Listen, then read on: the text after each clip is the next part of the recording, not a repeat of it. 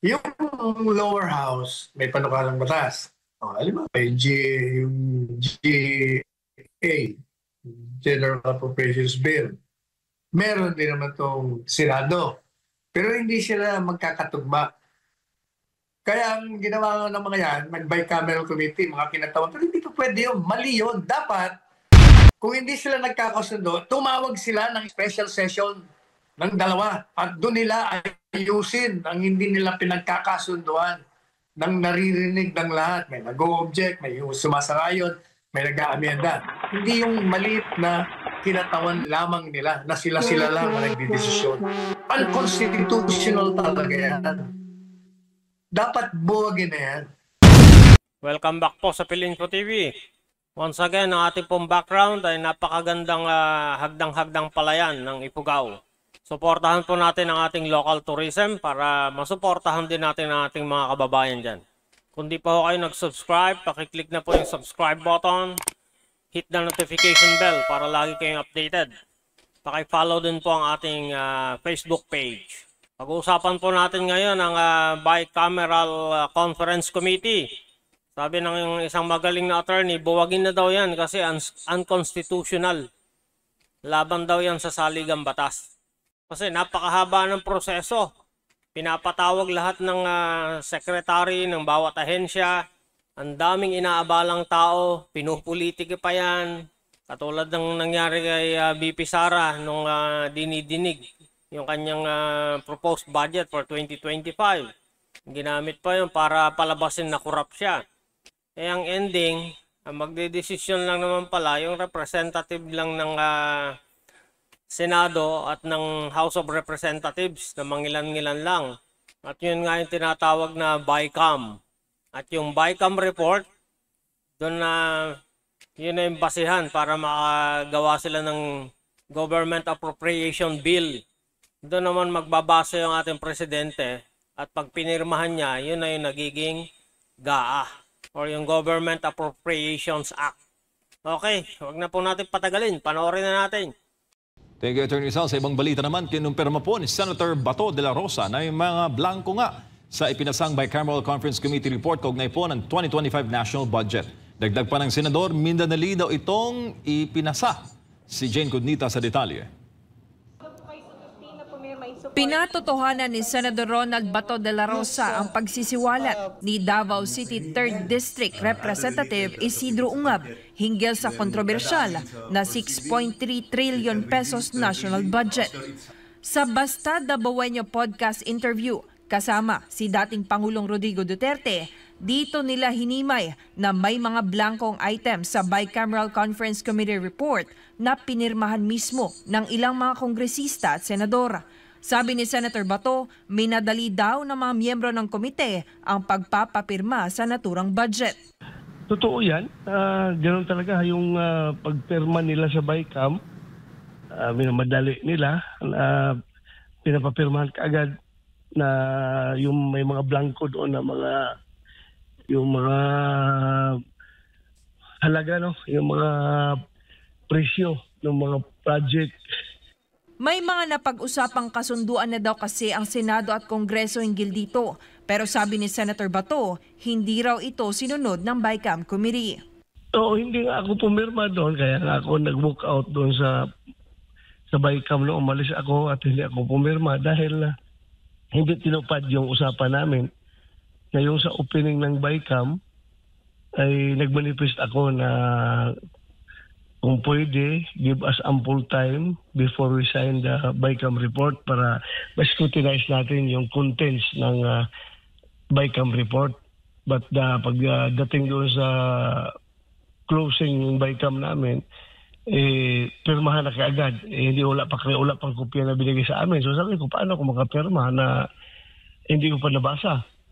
Pero ganoon pa man, nagmamadali. Pinirmahan nila, pero ako, umalis ako. Hindi ako pumirma. Bagaman hindi lumagda si Bato sa naturang BICAM report, pagkatapos nito ay pinadalhan pa rin siya ng kopya. Pero blanco pa rin daw ang mga presyo at halaga ng mga proyekto. Dapat daw kasi ay transparent lahat sa panahon ng BICAM ang transaksyon, pagbili, pag-amyenda at maging ang pag-transfer ng halaga ng budget. Matapos nga maisiwalat ang kontrobersyal na 2025 national budget, ay itinanggi naman ito ni Bongbong Marcos Jr. at tinawag pang sinungaling si dating Pangulong Rodrigo Duterte. Sinigundahan naman ni Senator Bato ang pagkwestiyon ni dating Pangulong Duterte sa mga miyembro ng komite sa pagpapapirma nila ng mga blankong items at kung bakit ito inaprubahan ni Marcos Jr. Dapat hindi mangyari yan dahil very dangerous yan at it defies logic nga bakit ka magpirma na hindi mo alam. Mahirap i-explain sa sarili mo. Walang presyo, pinirmahan mo. Opo. Bakit ganun? So, yun ang talong dyan. That is dapat i-address ng buong Kongreso.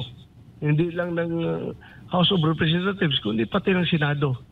Samantala, may paalala naman ang senador sa publiko, lalo na ngayong darating na halalan sa pagpili ng mga lingkod bayan na totoong may malasakit at pagmamahal sa bayan. Ngayon, magkakaroon na naman tayo ng eleksyon. Siguruhin ninyo na yung pinipili ninyo magiging membro ng House, yung representative niyo sa House at saka yung representative ninyo dito sa Senado ay nagmamahal sa bayan. Hindi yung nagmamahal sa sariling bulsa, hindi nagmamahal sa sariling kapakanan, sariling interest, kundi ang minamahal talaga dapat yung buong bansang Pilipinas.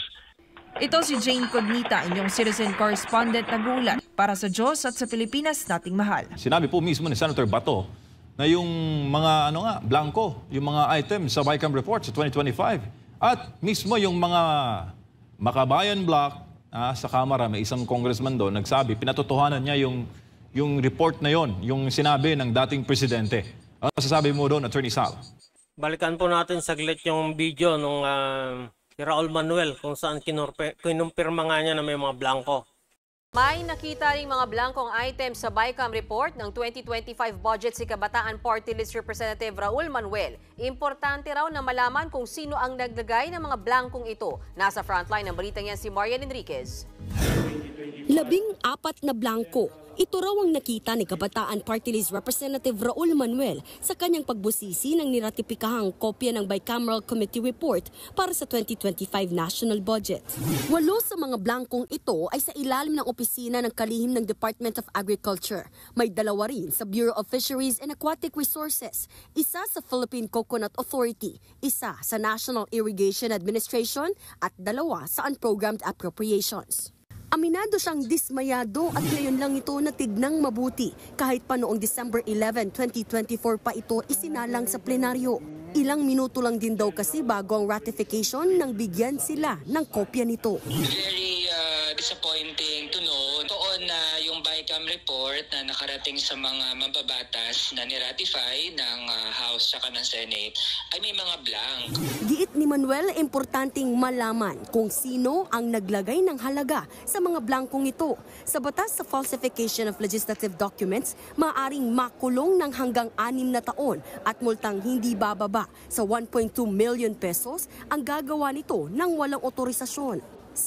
Okay, yan yung si Raul Manuel. Ito, may isa pang nagkumpirma. Si Senator Amy naman. Binabanggit po ni Kong Una at saka ni former President Duterte. O kaya nga, yes.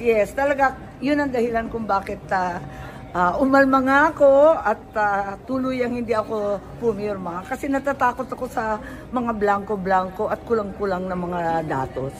Ma'am, niraise niyo po yan dati sa finance panel. Nakita. Ayan, kinumpirma na mismo ng kapatid ng presidente. Maraming blanco sa bicameral committee report.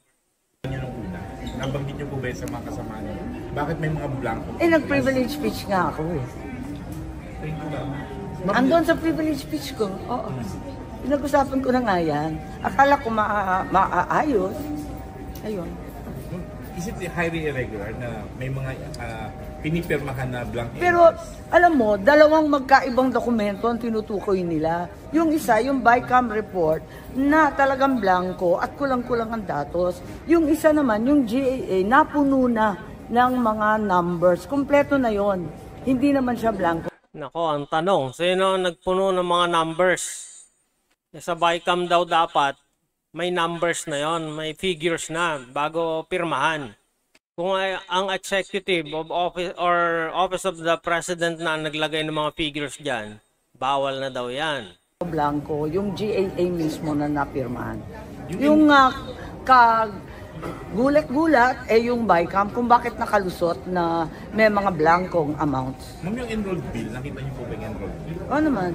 Wala na po siya. Wala. Kasi syempre nga yung napirmahan may, napuno na eh. Harap-harapan ng nilolokong taong bayan ah. Ano ba naman yan, Marcos Jr.? Okay, tuloy po tayo. Ang problema nga kasi, hindi ba, ibalik natin ng konti. Nag-video yung dalawang dating opisyal, Presidente Duterte at si Congressman Ungab. At sabi ni Congressman Ungab, may mga blanco doon sa, anong tawag doon? Bicameral Committee Report. At sa ngayon naman kay Presidente Duterte, kung totoo yan, may problema right yan. Baka makulong kayo. And because of that statement, bumanat naman kagad itong si E.S. Lucas Bersamin. At sinabing malisyoso ang sinabi ni Presidente Duterte. Pati naman si BBM, ganun din ang sinasabi, sinungaling daw. Ang problema, hindi nila iniintindi. Gaya ng aking pahayag, yung mga sinabi ni Congressman Ungab ay, sabi ni Presidente Duterte, kung totoo lahat yun, illegal yan. O madaling sabi, walang sinasabi si Presidente Duterte na ang ginawa ni Presidente BBM ay illegal o unconstitutional. Wala siyang binabanggit. Nagbibigay lamang siya ng opinion on the assumption kung yung mga sinabi ni Ungab ay tama at kung yung mga sinasabing blanco, walang mga programa, may mga walang pirma, ay nangyari doon mismo sa General Appropriations Act na pinirmahan niya. Kaya nung sinabi ni Presidente Marcos Jr. na walang ganon, totoo nga. Kasi makikita mo naman yun sa batas mismo na pinirma niya kung merong blanco. Ang nirereklamo ni Congress Ungab ay yung Bicameral Conference Report na siyang isusumite sa Presidente ay maraming kulang. Bakit may kulang? Kasi nga, hinayaan, itong tanong ngayon, sino ang nag-fill in the blanks? Ang nag-fill in the blanks ba ang opisina ng Secretary General o ang grupo ng mga ilan lamang na kongresista at senador na bumubuo sa Bicameral Committee? O ang Malacanang ba? Nung dinala sa kanila, nag-fill in the blank. Yun ang pinag-uusapan niyan. Yan ang nirereklamo. Kasi maliwanag nga sa ligang batas na dapat ang Kongreso, ang executive ang gagawa ng budget, ang Kongreso naman, senador at mga kongresista, magdi-deliberate sila kung tama yung mga nakalagay ito at pwede nilang magkaroon ng mga pagbabago. Ang problema nga, merong mga ginawa na hindi program, hindi mo malaman kung saan nilalagay at iyon ang naprumahan na mali sapagkat ang dapat na naglalagay sa mga programa yung dalawang sangay ng Kongreso at hindi yung ilang tao lamang. Maliwanag yan sa saligang batas. Kaya yan ang sinasabi ni Presidente Duterte. Pag yan ay ginagawa nyo, illegal yan. Kung yan nga ang ginawa nyo. Kaya sagutin, ang dapat na sumagot dyan ay ang Kongreso. Bakit nyo inaprubahan ang isang panukalang batas under the Bicameral Conference Report na may mga blanco dyan? Sino ang naglagay ng mga kulang? Kayo ba? Kung kayo, pero iilan lamang sa inyo, illegal yan. Kailangan yung buong plenary session ng dalawang sangay ang magdidiskusyon dyan. at kayo magdi-decide kung saan dapat ilagay yan. Yan ang problema diyan. Sino ba ang nag-fill ang Kongreso o ilang tao sa Kongreso o ang executive bago pinirmahan, nilagyan? Bukod po dyan, Attorney Sal, may tukso rin itong ating mga netizen na sinasabing parang BICAM ay nagiging third chamber of Congress bukod po sa House at sa Senate. At dapat daw hindi closed door ang BICAM. Dapat daw televised para alam ng tao ang mga pagbabago sa pambansang pondo. Anong masasabi mo dyan, sir? Una, ang BICAM, mahigit ng 6 na taong ko sinabi. Hindi lang 6 na taong kasi start pa lang sa Malacanang ako. Sinabi ka na yung bicameral committee is unconstitutional. Kaya sabi ko, bakit hindi nagpapile itong mga kumukontra dyan sa BICAM? Kasi nga, ang saliging batas maliwanag na yung dalawang sangay ang magdi-deliberate dyan. Wala nang isang maliit na binubuo ng mga kinatawan nila. Kasi kasi alam mo, MJ, yung lower house, panukalang batas, alam mo, yung GA, General Appropriations Bill, meron din naman itong Senado. Pero hindi sila magkakatugma. Kaya ang ginawa ng mga yan, nag-bicameral committee, mga kinatawan, pero hindi pa pwede yun. Mali yun. Dapat, kung hindi sila nagkakasundo, tumawag sila ng special session ng dalawa. At doon nila ayusin ang hindi nila pinagkakasunduan ng naririnig ng lahat. May nag-o-object, may sumasangayon, may nag-aamenda. Hindi yung maliit na kinatawan lamang nila na sila-sila lang ang nagdidesisyon. Unconstitutional talaga yan. Dapat buwagin na yan. So kung unconstitutional pala yung Bicameral Conference Committee na yan, kailangan buwagin yan. Ang tanong, sino kaya ang tatayo para sa taong bayan para pumunta sa Supreme Court at hilingin na buwagin na yung Bicam na yan? Kasi nangi-scam yan ng taong bayan. Imagine ninyo, pinalobo nila ang pondo ng DPWH at yung mga ayuda katulad ng AKAP. Diyan ang malaking source ng corruption yan, yung AKAP na yan. Lalo na yung DPWH. Nandiyan ang flood control projects, mga dredging kuno, at yung isiniwalat pa ni Mayor Magalong. Kaya naman pinalaki nila yung mga budget ng ngayong 2025 para sa DPWH at yung mga ayuda. Okay, hanggang dito lang po muna. Paki-like and share na lang po ang video kung nagustuhan ninyo. Hanggang sa muli. Salamat po.